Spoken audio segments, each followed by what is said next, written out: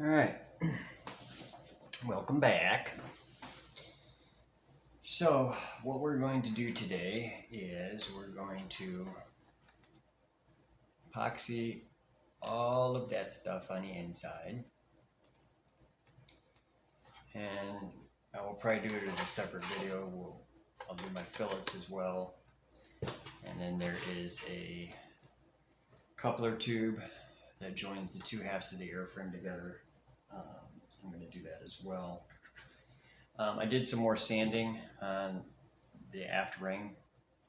It's quite a bit smoother. What I've come to realize is that if you pretty much take all of the laser scoring or burning pretty much down, it's a really good fit. The other thing I did was just this back edge here, which this is the inside for me, that's the outside. So this side is going into the rocket. What I pretty much did was I just ever so slightly, I took 120 grit, which by the way, I did my final sanding on this with 120. It's good and smooth. I like using 120 on real fine stuff like that because it's a lot harder to take off too much, whereas if I was using like an 80 grit, I could easily take off too much and really misshape the ring or something like that. So anyway, point being is fits a lot, goes in a lot smoother and easier now.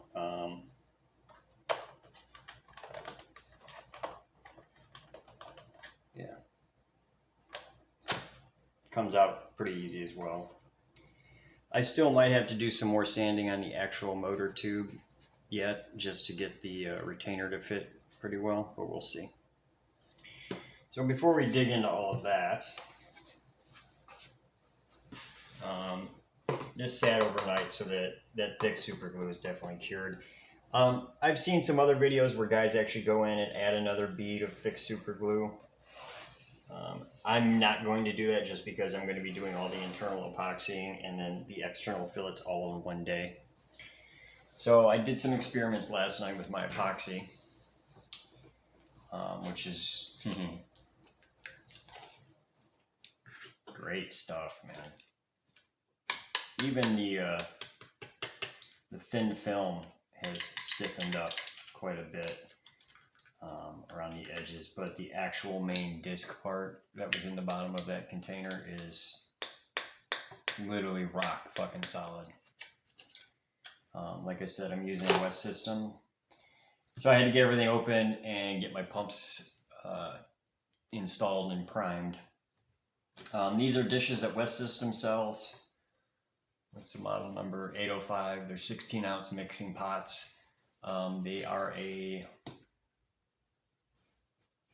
think a polyethylene. I think that's right. Basically the same stuff that like plastic pop bottles and bags are made out of, which actually I have here on my table for any spills.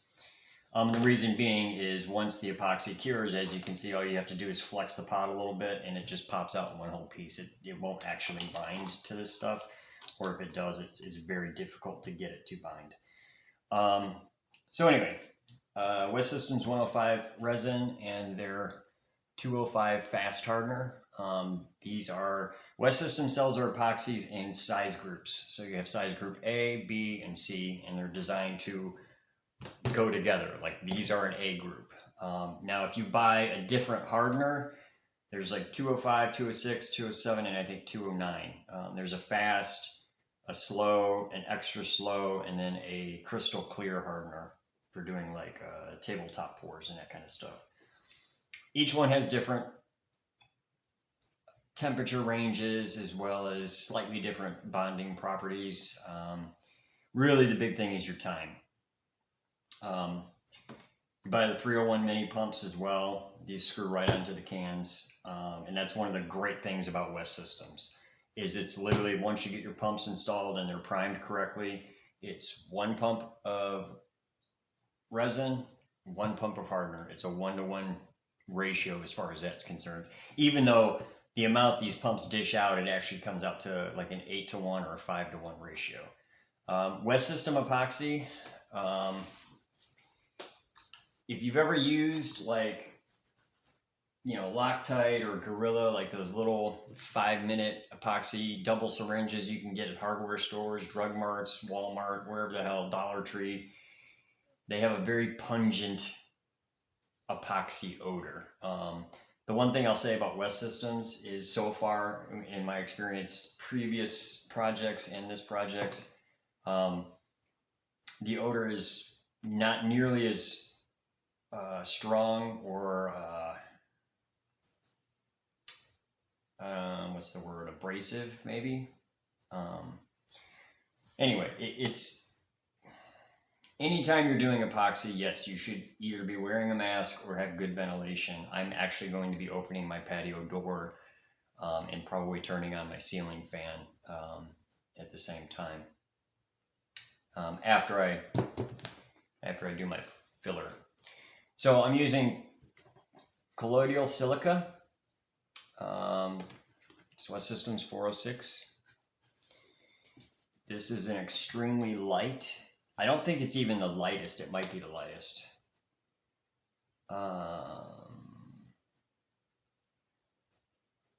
Yeah, so it's a thickening additive mixed with West System epoxy to create strong general purpose adhesive with smooth texture and excellent gap filling properties. Used in coatings and blended with other fillers to improve sag resistance. It's pretty simple. On the back, they've got a chart here, which you probably can't read that, but oh well. It basically just goes down the use of like, okay, bonding hardware, general bonding, bonding with fillets, laminating or fairing out. And it's got the different numbers. There's a 403 filler, a 404, 405, 406, 407, and 410. And each one has different capabilities for different stuff. The 406 is pretty much very good at everything and excellent at bonding with fillets. Hence why I'm going to be using it for my internal fillets and my external fillets as well. The only difference is the external fillets, I'll probably use a little more filler than I do with the internals. This chunk here that is now rock hard, and I haven't tried sanding it really to see how it sands.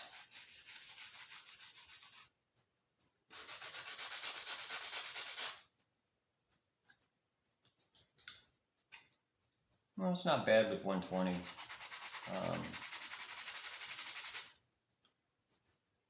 Wow, it's actually pretty resistant to sanding. Good to know, but it's a nice smooth feel and finish to it anyway. So it's a little, you know, kind of the best of both worlds. So yeah, I specifically got it for that, for the bonding with fillets. It's excellent at that. Doesn't matter what epoxy you're using, really. You can, there's no reason you can't use the little 5-minute syringe, you know, double syringe epoxies. There's no reason you can't use Bob Smith 5, 15, or even 30-minute epoxy. I've used those on other projects with no problems at all. This stuff is super light and fluffy.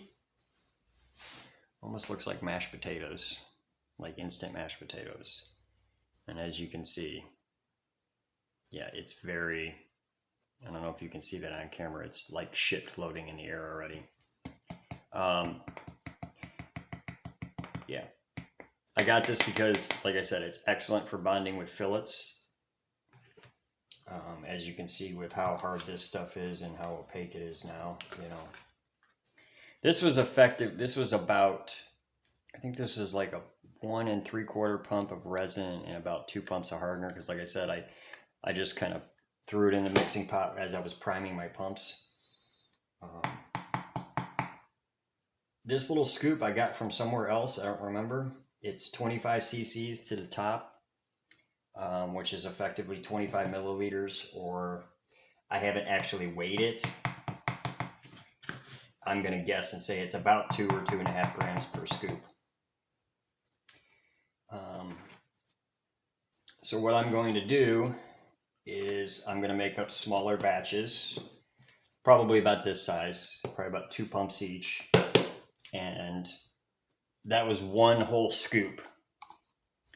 The consistency was about the consistency of ketchup, or maybe pancake batter, which I liked. It was thick enough that I could get it on the end of a stick and I could work it. I could use it in a syringe, an epoxy syringe, if I wanted to actually just, inject a big old blob in there and then take a wood dowel, and kind of smooth it out, which I may do. I haven't quite decided yet.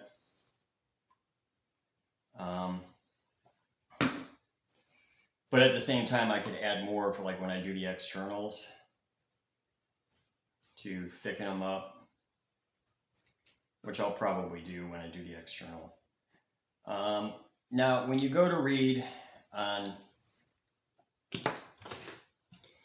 the back of the resin can, or you go to West Systems site, which, by the way, if you have any West Marine stores local to you, that's probably one of the easiest places to get this stuff, like, convenient one-stop shopping. They pretty much have everything. I don't know how it compares to other popular epoxy companies like Total Boat. I know there are some rocket people who swear by Total Boat, and then there are people who swear by West Systems, and then there are people who say that the BSI epoxies are just as good as this. And that's the other thing. There's no reason you can't go and buy some kind of filler like this, or their high density filler or anything like that, and use it in BSI epoxies and stuff. So anyway, this is the fast cure hardener. And on the back here, it says the ideal temp is right between 70 and 80 degrees Fahrenheit. It can harden at anywhere between 40 and 90 degrees, which is very nice. Obviously, you want it near that ideal temp. And then it lists cure times in room temperature. Okay, so it lists a thing called pot life, working time, and then cure to solid. So pot life is based on 100 grams or a cup full. And what that's based on is basically 4 pumps of resin and hardener in one of their mixing cups, and then they let it sit. It takes about 9 to 12 minutes to get to the point where it's no longer workable. I can tell you right now, with just the 2 pumps in here, which wasn't an exact mix, it actually probably had a little more hardener than resin. This thing got so warm, I was worried it might melt through the cup. Epoxy is an exothermic reaction. Now they say here working time for a thin film is 60 to 70 minutes, with cure to solid thin film being 6 to 8 hours. I can tell you right now, this, it was probably about 20 minutes before it got to the point where I could no longer actually really work it well in a usable state anyway. The initial hardening, where everything still kind of felt rubbery, it was probably 5.5 hours, and then I let it sit overnight, and then this morning it's rock solid.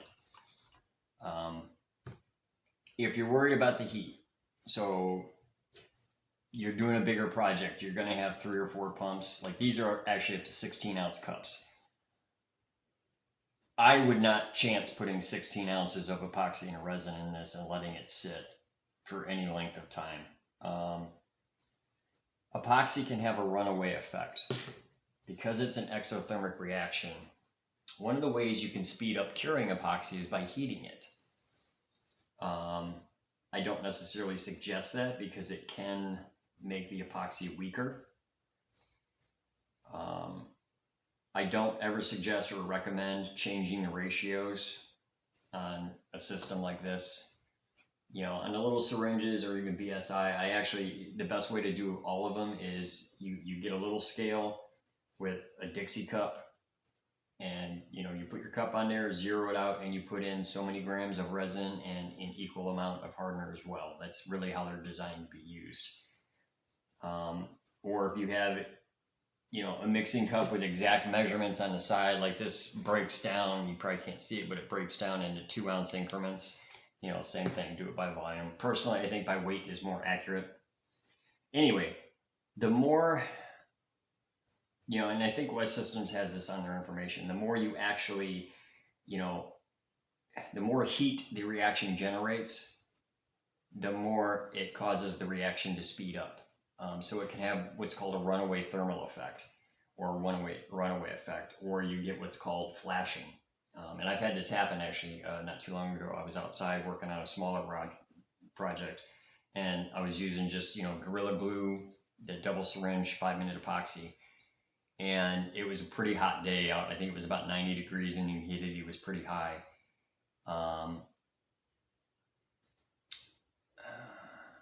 It was probably 3 minutes.